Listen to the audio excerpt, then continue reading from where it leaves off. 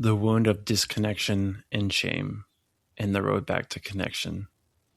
Everything I've written so far has been a process of excavating to uncover the seed, the topic of this post, connection.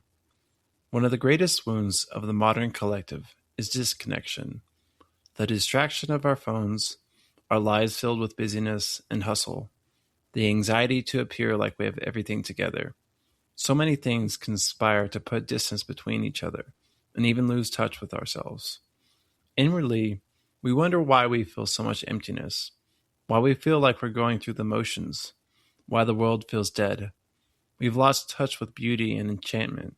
We've buried our true desires and chased what the world says will give us happiness. We've run from our pain and fear. We performed our way into rooms where we still feel alone. A friend asked me recently, when you're not in survival mode, what do you actually want? This hit me deep. The answer that surfaced was simple. Connection. Everything I've written so far is at the core about connection and disconnection. For me, trauma began at a young age. Like many, my parents were not taught emotional intelligence, and my emotions were difficult to deal with. So I was told to control and explain them, but I was not taught how to do this. My anger was met with anger. My anxiety was met with anxiety. This confrontation, forcefulness, and control only exacerbated the problem. I was forced to give immediate logical answers to strong emotions running through me that I didn't know how to process. So instead of learning how to feel through and be with myself in strong emotions, I was taught to shove them down, make logical sense of them right away, and behave in a logical, calm manner.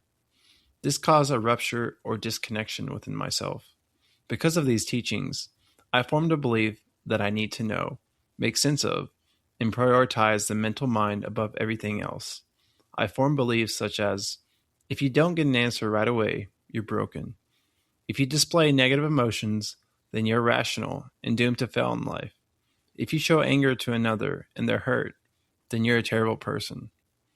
These limiting beliefs did not allow for us the space, time, and capacity to process extreme emotions.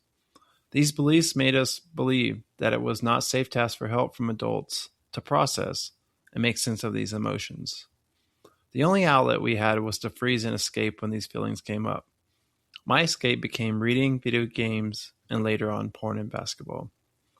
This process also disconnected us from God and other people. We believed that we were broken at the core and that we could not meet God's standards. We feared the emotions that came up around other people and their judgments. Kids sensed our shame and bullied us so that they would not have to face their own shame. We became isolated and lonely, which only perpetuated our disconnection and shame. We believed we were different from others in our isolation. We didn't realize that everyone felt these emotions. We tried to compensate by mentally exploring and studying the world and other people. This instilled a yearning for truth of God, religion, people, and/or reality. We began examining things much more deeply than the average person. We wanted to get to the core of what was so wrong with ourselves and fix it. We all have different paths, but I'll tell you what helped me start to heal my shame and find connection once again.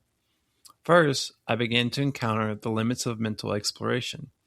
I found lots of psychological diagnoses for myself, yet they did not give me peace or help me change. For a short moment, I felt some validation and understanding, but this did not actually help me change these patterns. I began going to therapy. I realized that I was not more broken than anyone else. I realized that I, like many other sensitive souls, had other people projecting their shadows onto me my whole life. I slowly began to drop the weight of other people's expectations and explore who I truly wanted to be. Underneath all of the shame that had kept me small and safe as a child was a roaring fire of anger for the way I'd been treated and stuffed into a box of limitations. And underneath the anger at other people was anger at myself for believing in others' views of me and limiting myself because of them. Forgiveness quenched these fires and allowed me to move forward, more free from attachments and anxiety for what other people thought of me. I felt a freedom, an openness in my heart that allowed me to connect more with others without worrying so much about power dynamics, that I would be used or manipulated by strong emotions. Diving more into my creativity and voice reconnected me with myself and others who also desire deep connection. My creativity helped me to learn more about myself, what I believe, and what I desire. I started a podcast to help overcome the taboo of talking about certain topics and to increase my articulation. This also helped me connect and learn from many wise individuals. You've learned not to abandon yourself in order to fit in with a world that destroys your soul. Life is calling us to embrace our largeness and bring that courage into everything we touch.